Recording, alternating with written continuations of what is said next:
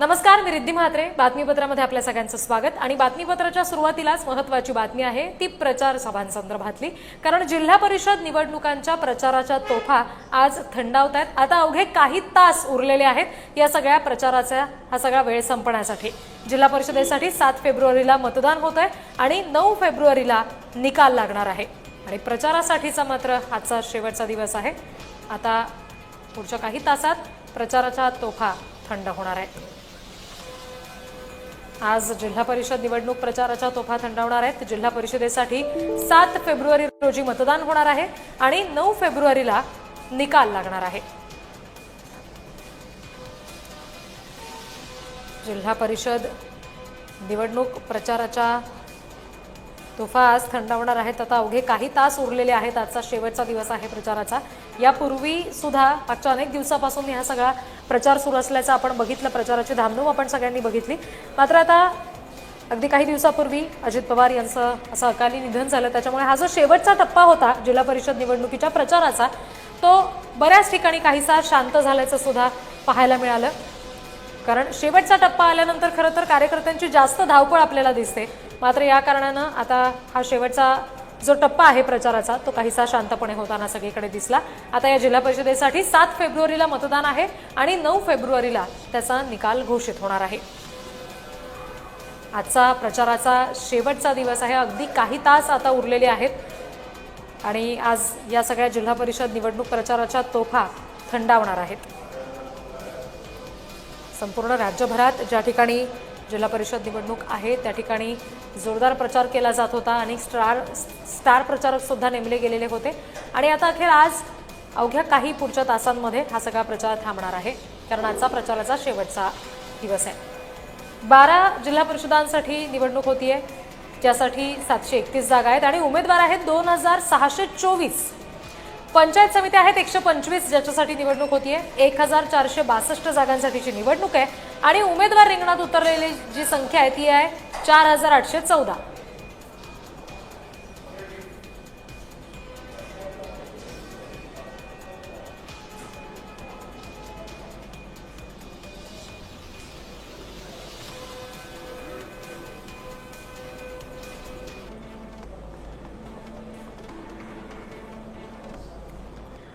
या सगळ्या संदर्भातले आपण तपशील जाणूनच घेणार आहोत.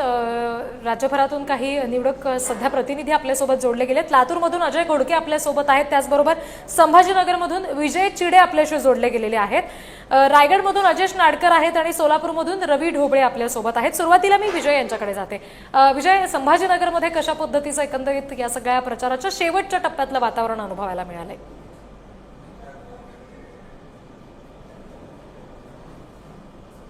संभाजीनगरमध्ये शेवटच्या क्षणापर्यंत जे आहे ते आता सभा होणार आहे. आज सिल्लोडमध्ये जे आहे ते मंत्री अब्दुल सत्तार यांच्या बालकिल्ल्यामध्ये आता शिवसेनेची सभा आहे. 9:30चा टाइम जो आहे तो या सभेचा आहे. कारण आता प्रचारासाठी शेवटची वेळ जर पाहिलं तर रात्री 10 वाजेपर्यंत जिल्हा परिषद आणि पंचायत समिती संदर्भात प्रचार जो आहे तो करता येणार आहे. त्यामुळे आता शेवटच्या क्षणापर्यंत मतदानापर्यंत आपण कसं पोहोचू शकतो, त्यांच्यापर्यंत आपली विचारधारा कशी पोहोचूसाठी यासाठी जर पाहिलं तर सर्वच पक्ष जे आहे ते तळमळीनं काम करत असल्याचे पाहायला मिळते. आज सकाळी सुद्धा चंद्रशेखर बावनकुळे यांची देखील छत्रपती संभाजीनगरमध्ये सभा झालेल्या आहेत. भाजप असेल, शिवसेना असेल, UBT शिवसेना असेल, त्याचबरोबर इतर पक्ष देखील जे आहे ते जोमाने कामाला लागल्याचे पाहायला मिळाले होते. आणि काल आणि आज या 2 दिवसांमध्ये मोठ्या सभा ज्या आहेत त्या देखील या ठिकाणी पार पडल्या होत्या. सुरुवातीला जर पाहायला गेलं तर देवेंद्र फडणवीस यांची देखील सभा जी आहे ती या ठिकाणी होती. मात्र त्यांनी प्रचारातून माघार घेतल्यामुळे आता या ठिकाणी जे आहे ते भाजपच्या पंकजा मुंडे आणि त्याचबरोबर चंद्रशेखर बावनकुळे, रावसाहेब दानवे यांच्या सभा ज्या आहेत त्या या ठिकाणी पार पडलेल्या आहे. आणि आता प्रचाराचाच पाहिलं तर अवघे काही तास जे आहे ते शिल्लक आहे. रात्री 10 वाजेपर्यंत प्रचाराची परवानगी आहे. त्यामुळे आता सायंकाळी जर पाहिलं तर 7 वाजता जे आहे ते आता शिवसेनेकडून देखील आता बिडकीने या ठिकाणी जे आहे ते सभा घेण्यात येणार आहे. त्याचबरोबर भाजपाकडून देखील आता वेगवेगळ्या भागामध्ये जे आहे ते सभाचा धडाका लावण्यात आलेला आहे.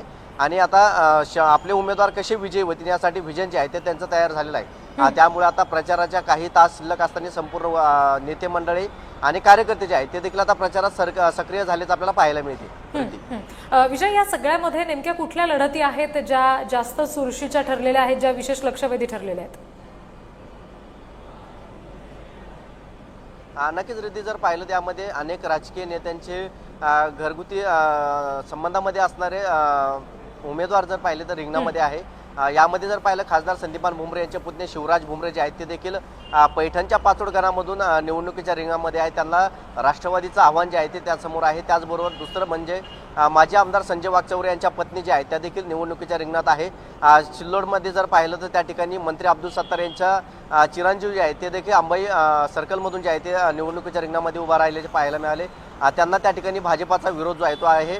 आणि त्याचबरोबर जर पाहायला गेलं तर वैजापूरमध्ये देखील काही राजकीय नेत्यांचे कुटुंबातील नातेवाईक जे आहेत ते देखील रिंगणामध्ये आहेत. त्याचबरोबर आमदार अनुराधा चव्हाण यांचे पुतणे जे आहेत ते देखील निवडणुकीच्या रिंगणात आहेत. त्याचबरोबर खासदार कल्याण काळे यांचे देखील कुटुंबातील व्यक्ती जे आहेत ते निवडणुकीमध्ये आहे. UBTचे माजी आमदार जे आहेत ते कन्नडच्या गणोरी गणामधून त्यांच्या पत्नी ज्या आहेत त्या देखील त्या आता निवडणुकीच्या रिंगणामध्ये आहे. त्यामुळे या राजकीय नेत्यांची जी आहे ती प्रतिष्ठा पणाला लागल्याचे पाहायला मिळत आहे. आतापर्यंत जर पाहिलं गेलं तर आमदार खासदारकीच्या निवडणुकीसाठी हे नेते प्रचार करताना पाहायला मिळत होते. त्याचबरोबर जर पाहिलं गेलं नगरपालिकेच्या निवडणुका ज्या आहेत त्या आता झाल्या होत्या. त्यामध्ये देखील अनेक घराणेशाहीला जे आहे ते पुढाकार दिला होता. मात्र यावेळी जर पाहिलं तर पंचायत समितीमध्ये देखील शिवसेना असेल भाजप असेल या पक्षाकडून जे आहे ते घरातच उमेदवारी देण्यात आली. आणि त्यामुळे आपला जो बालकिल्ला समजला जातो, आपला गड समजला जातो, त्या गडामध्ये जर पाहिलं गेलं ती मोठी प्रतिष्ठा अगदी आणि त्या सगळ्यांचीच प्रतिष्ठा पणाला असल्यामुळे नेमका निकाल काय लागेल याची सुद्धा उत्सुकता निश्चित असेल. तुम्ही माझ्याशी असेच जोडलेले राहा. यानंतर सोलापूरमधून रवी ढोबळे आपल्याशी जोडले गेले, त्यांच्याशी आपण बोलूयात. रवी, आता जसं आपण बघतोय की शेवटचा टप्पा आहे हा सगळा प्रचाराचा, कशा पद्धतीने एकंदरीत इतके दिवस सगळा प्रचार सुरू होता आणि आता शेवटच्या टप्प्यात काय नेमकं वैशिष्ट्य या सगळ्या प्रचाराचं जाणवलंय?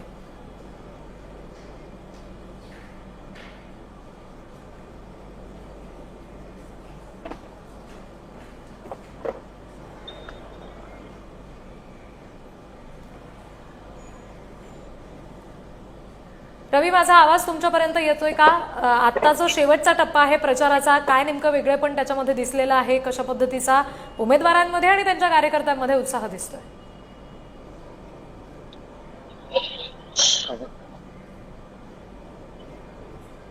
आपण रवी यांना पुन्हा एकदा संपर्क करायचा प्रयत्न करूया. काही तांत्रिक अडचणी येत आहेत. त्याच्यानंतर रायगडमधून अजेश नाडकर आपल्यासोबत जोडले गेले, त्यांच्याशी आपण बोलूया. अजेश, रायगडमध्ये मोटर रॅली सुद्धा निघाल्याचं आम्हाला समजलं आणि कशा पद्धतीनं हा शेवटच्या टप्प्यातला प्रचार एकंदरीत रायगडमध्ये संपन्न झालाय? रीती आपण पाहिलं तर इतर निवडणुकीपेक्षा ही निवडणूक वेगळी होती. कारण या जिल्हा परिषदेच्या निवडणुकीच्या प्रचाराला जातेवेळी राष्ट्रवादीचे नेते आणि उपमुख्यमंत्री अजित पवार यांचं अपघाती निधन झाल्याच्या नंतर रायगडमध्ये मोठ्या नेत्यांच्या सभा मात्र झाल्या नाहीत. मात्र स्थानिक पातळीवर जे आहेत ती सभा असेल, रॅली असेल किंवा मग अंतर्गत प्रचार असेल याच्यावर फार मोठा जोर देण्यात आला. राष्ट्रवादीकडून साध्या पद्धतीने प्रचार सुरू होता.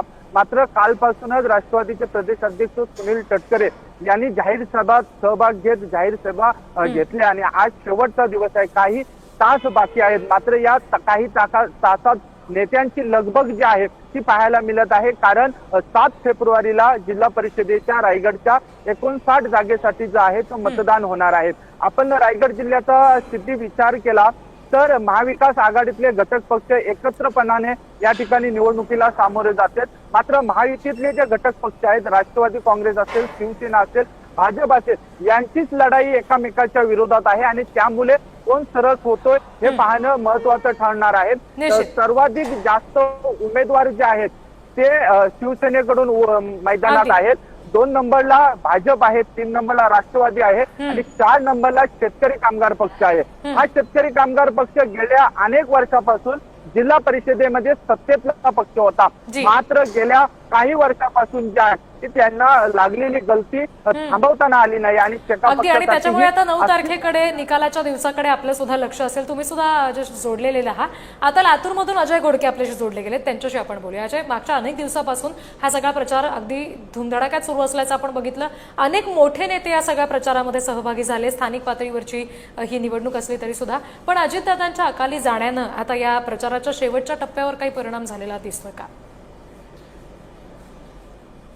एकंदरीत आपण जर पाहिलं तर लातूर जिल्ह्यामधल्या 59 जिल्हा परिषद गटासाठी आणि जवळपास 118 गणांमध्ये ही निवडणूक होती आहे. महाविकास आघाडी असतील किंवा महायुतीचे नेते असतील, आपला विधानसभेचा बालेकिल्ला साबूत ठेवून जिल्हा परिषदेचा गड जिंकण्यासाठी या ठिकाणी निकराची लढाई लढतायत. अगदी शेवटच्या टप्प्यांमध्ये महाविकास आघाडी आणि महायुतीच्या नेत्यांमध्ये या ठिकाणी हल्ले आणि प्रतिहल्ले केले जात आहेत आणि याबरोबरच जोरदार हल्ला करून या ठिकाणी हे जे धार आहे प्रचाराची ती अधिक तीव्र केली जाते. एकंदरीत आपण जर पाहिलं तर अजितदादा पवार यांच्या अपघाती निधनाच्या नंतर हा प्रचार अधिक वेगाने या ठिकाणी पुढे जातोय. मध्यंतरी जे 2-3 दिवसाचा ब्रेक या ठिकाणी प्रचाराला मिळाला त्यानंतर मात्र महायुती आणि महाविकास आघाडीच्या नेत्यांकडून या ठिकाणी जिल्ह्याच्या वेगवेगळ्या भागांमध्ये प्रचाराच्या सभा घेण्यात आल्या. महायुतीच्या वतीनं भारतीय जनता पार्टीच्या वतीनं लातूर जिल्ह्यामधल्या श्री मुख्यमंत्री देवेंद्र फडणवीस यांची सभा आणि एकनाथ शिंदे यांची जरी सभा रद्द झाली असली तरी दुसऱ्या फळीतल्या नेत्यांच्या सभा मात्र या ठिकाणी मोठ्या उत्साहामध्ये पार पडलेल्या आपल्याला पाहायला मिळाल्या.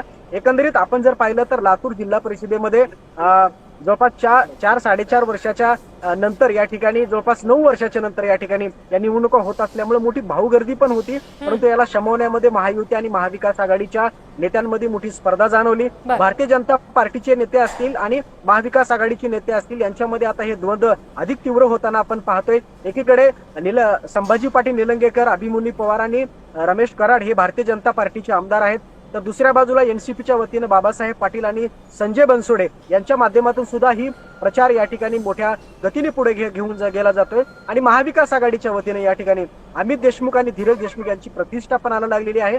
त्यामुळे लातूर महानगरपालिकेमध्ये काँग्रेसला मिळालेला जो दणदणीत विजय आहे त्याचा मोठा परिणाम या ठिकाणी आपल्याला पाहायला मिळतो. जी अजय, या सगळ्यामध्ये कुठल्या लढती नेमक्या जास्त चुरशीच्या ठरलेल्या आहेत? कुठल्या मोठ्या नेत्यांच्या प्रतिष्ठा इथं पणाला लागलेल्या आहेत?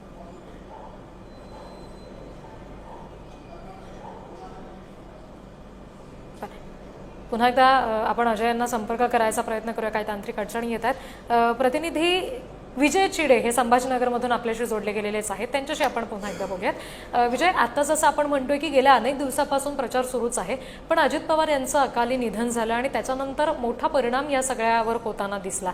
तर प्रचाराच्या संदर्भात या शेवटच्या टप्प्यामध्ये त्याचा कुठला परिणाम जाणवलाय का? नक्कीच रिद्धी, जर पाहिलं तर राष्ट्रवादी, दोन्ही राष्ट्रवादीचे जे आहे ते छत्रपती संभाजीनगरमध्ये युती झाल्याची पाहायला मिळत होती. मोठ्या प्रमाणात उमेदवार जे आहेत ते देखील त्यांनी जिल्हा परिषद आणि पंचायत समितीच्या रिंगणामध्ये जे आहे ते युतीमध्ये उतरवले होते. मात्र त्यानंतर जर पाहायला गेलं तर अजितदादाचं अकाली निधन जो आहे तो त्यामुळे राष्ट्रवादीच्या प्रचारावरती जो आहे तो मोठा फटका या ठिकाणी बसल्याचा पाहायला मिळतं. कारण राष्ट्रवादीकडून कोणताही नेता जो आहे तो या ठिकाणी प्रचार सभेसाठी आला नाही आणि त्यामुळे प्रचाराला जो आहे तो देखील या ठिकाणी उमेदवाराला देखील याचा फटका जो आहे तो बसलेला आहे. कारण अनेक उमेदवार जे आहेत ते त्यांनी देखील आता अजितदादाचं निधनानंतर जे आहे ते प्रचाराला गेले नसल्याचं आपल्याला अनेक भागांमध्ये पाहायला मिळालं होतं. कारण आमचा करताच गेला तर आम्ही करणार काय असा प्रश्न जो आहे तो त्यांनी उपस्थित केला होता. त्याचबरोबर जर पाहिलं तर आज रोहित पवार यांनी एक ट्विट देखील केलं होतं. अजितदादाची एक सहानुभूती जी आहे ती त्यांनी घेतल्याची देखील आपल्याला पाहायला मिळाली होती. अजितदादांना मतदान करा, राष्ट्रवादीला मतदान करा असं देखील त्यांनी म्हणलं होतं आणि त्यामुळे याचा फायदा जो आहे तो कुठंतरी आता सहानुभूतीची एक लाट जी आहे ती अजितदादांना संभाजीनगर असेल किंवा इतर राज्यभरात जर पाहिलं तर मिळू शकते. कारण दादाचं जाणं हे संपूर्ण महाराष्ट्राला जे आहे ते मोठा जे आहे ते खंड पाडण्याचं पाहायला अगदी निश्चित, आणि त्याचा सुद्धा परिणाम कुठेतरी प्रचारावर झाल्याचं या शेवटच्या टप्प्यामध्ये पाहायला मिळालेलं आहे. या सगळ्या संदर्भानं, जिल्हा परिषद निवडणुकांच्या प्रचाराच्या संदर्भानं तुम्ही सगळे तपशील आमच्यापर्यंत पोहोचवले, त्याच्यासाठी अजय, त्याचबरोबर रवी, अजेश आणि विजय, तुम्हाला सगळ्यांना धन्यवाद या सगळ्या तपशिलांसाठी.